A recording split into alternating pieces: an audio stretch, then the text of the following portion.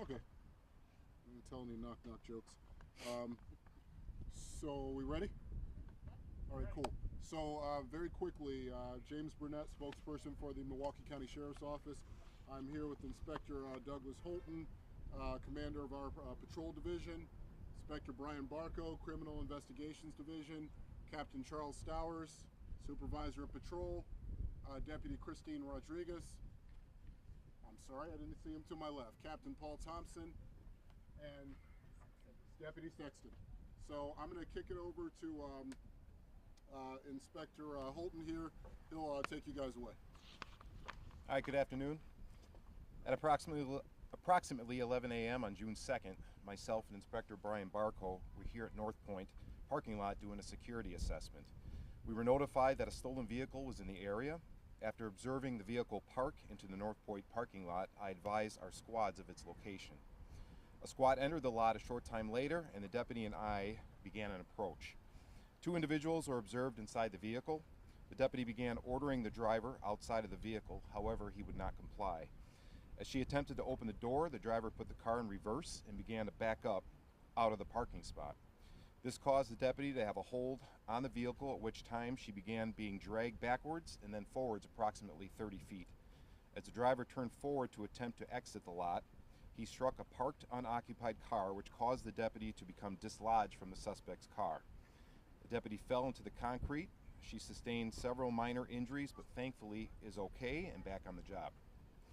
The passenger of the suspect vehicle exited the car as it was moving to leave the lot.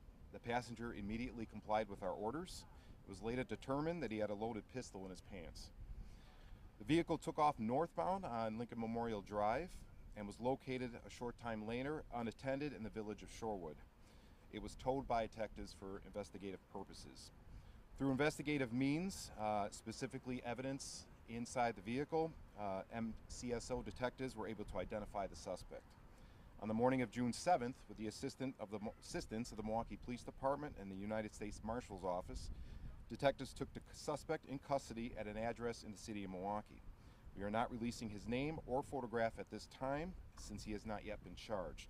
Detectives will be seeking several felony charges related to this incident.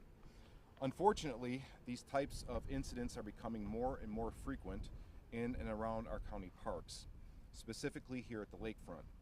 While our lakefront is considered the county's crown jewel, a few have used it to cause disorder. Year to date, the Milwaukee County Sheriff's Office has recovered 52 stolen vehicles. Out of those 52, 25% of them, we've also recovered weapons inside the car. That is a 79% increase from 2022. Year to date, we've recovered 188 firearms. That is a 33% increase from 2022.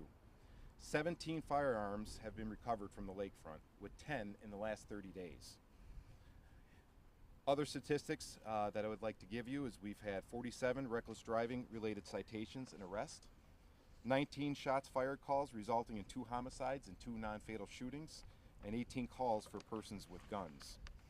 We are up 22% in our OWIs. We're at 416 year to date compared to 324 last year. We are at a 5-year high with our OWIs. Reckless driving and other aggressive driving action, we are up 10%. That's specifically with excessive speed, unsafe lane deviation, and not using a turn signal. While the Sheriff's Office and our law enforcement partners are doing all we can to remain proactive, respond to calls, and make arrests when appropriate, we are asking the community to assist. Specifically parents. Parents, know where your kids are, where they're going, who they're hanging out with. That is extremely important. You need to know who your kids are with.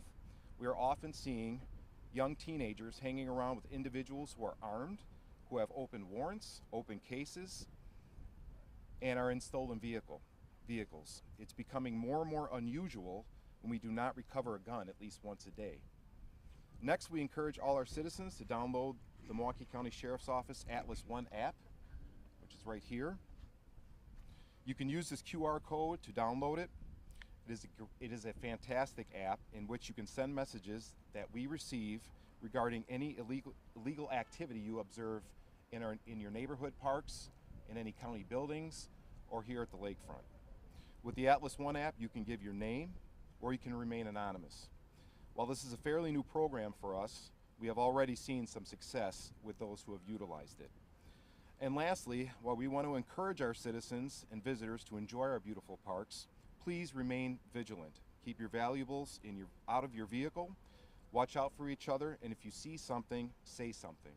Our deputies are out here working hard and will continue, but we need your help to keep these parks safe. With that, I'll take any questions. It was a blue Toyota Highlander. The operator of the vehicle was 21. The occupant was the passenger was 19. Can you talk a little bit about recovering guns from the lakefront and stolen vehicles? I mean, what is going on here? Well, I think there's a rise in stolen vehicles as a whole, and we have different investigative means of detecting stolen vehicles. So oftentimes when they're down here, we will get notified that they are here, and we will tend to make approaches of those vehicles and traffic stops. But as we saw from last week, oftentimes they are simply running from us, taking off on us, and the behavior that they're displaying is really a disregard for safety. Safety of the people all around here and the safety of our deputies, as we saw last week. Are people leaving their cars and their guns and their cars, and then their cars getting stolen? Is that the issue? That's unknown at this time.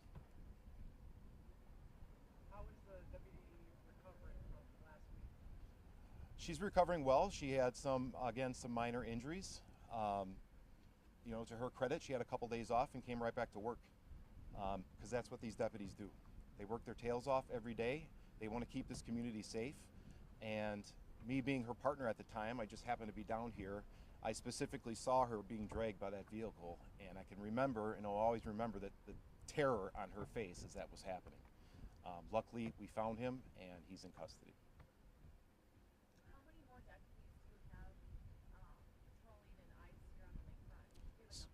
Sure. So our parks unit has 10 full-time deputies working it.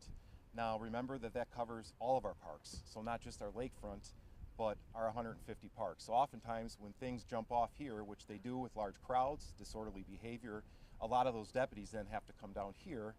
And the problem with that is that it leaves some of the other parks a little more exposed that we want to do more regular patrols of. On certain hot days, if we know activity is going to be higher, we will bring in some additional staff too.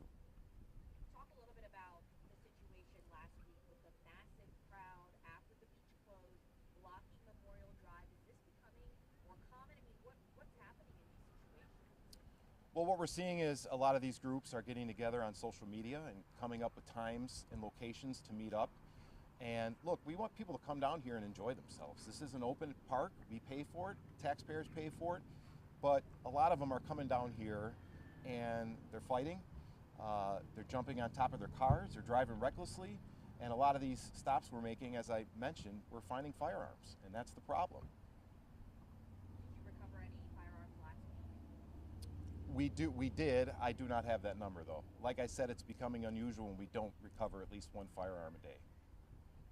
What's your message ahead of this weekend to people who think they can come down here and cause issues? If you're coming down here as a citizen to enjoy yourself, come down here. But we are down here, we are watching, we are actively patrolling, we are being proactive, and if you're up to nonsense and no good, we're going to make a arrest and we're going to handle it the way we need to handle it.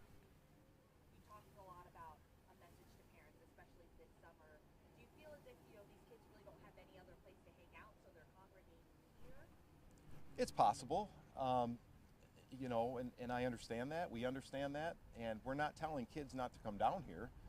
We're telling them to behave when they come down here. This is a park. It's a public park. You see how many hundreds of people are down here right now. They just want to enjoy themselves. But if they know that we're stopping cars here that are stolen with weapons in them, people carrying around guns unsafely, who don't have permits, it creates an unsafe environment for everybody.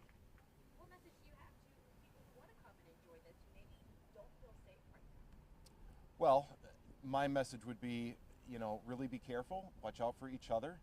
If you choose what times to come down here, during the day, we tend to have less calls down here than we do in the evening. But that incident last week was at 11 o'clock in the morning. Did the driver of the stolen vehicle have a gun, or was it just the passenger that had We know for sure the passenger did. I am unaware if the driver did at the time or not. What charges are you recommending for that, for the driver? Inspector, do you know the exact charges? Felony fleeing, first degree reckless endangering safety, and there's some other ones related to soft tissue injury that the deputy sustained. Several felony charges. She's recovering. She is recovering, yes. When you're saying you're recovering at least one firearm a day, is that just here at the lakefront, or do you mean just overall? That's in total. In total, but we've seen an uptick in the number of firearms recovered down here specifically. Shared some data earlier about some of the specific issues that have gone up, but basically kind of give a broader picture of how this particular year compares to years past when we're talking about beaches, parks like that. Yeah, so as I mentioned with some of the stats, and when we can hand those out to you, we've seen overall increase in basically the firearms recovered and the number of stolen vehicles recovered from last year. And then tell me about your optimism about the new app.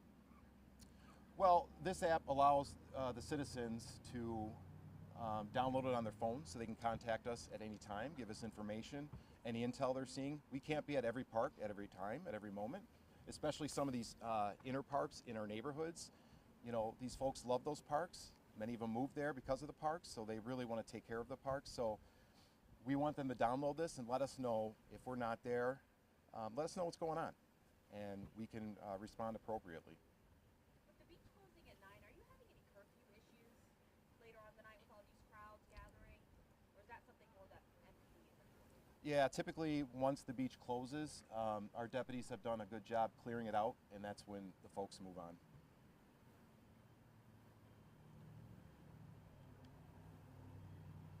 We good? Can you just say your name, spell your name for the record? Sure, first name is Doug, last name is Holton, Holton.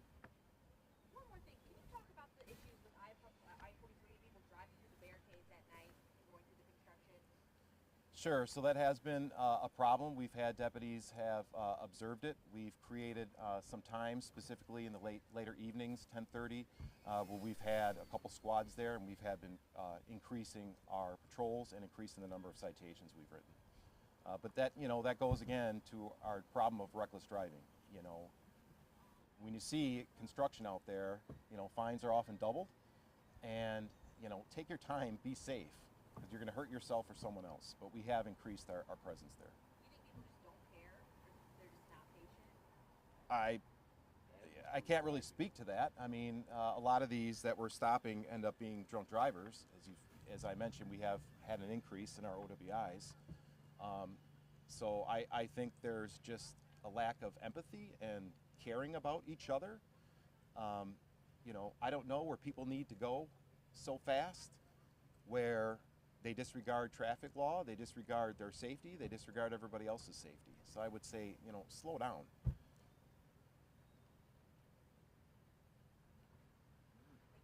Thank you. Thank you. And you're an inspector, right? Yes. Yeah. So as Inspector Holton said, we've got handouts for you. If you guys want to hang for a few minutes, we'll get those with the stats that he referenced, general written through statement of what he shared in terms of where the case is today, and copies of the Atlas One app flyer with the QR code. Okay, so we'll get those. Spell his name. Spell your name.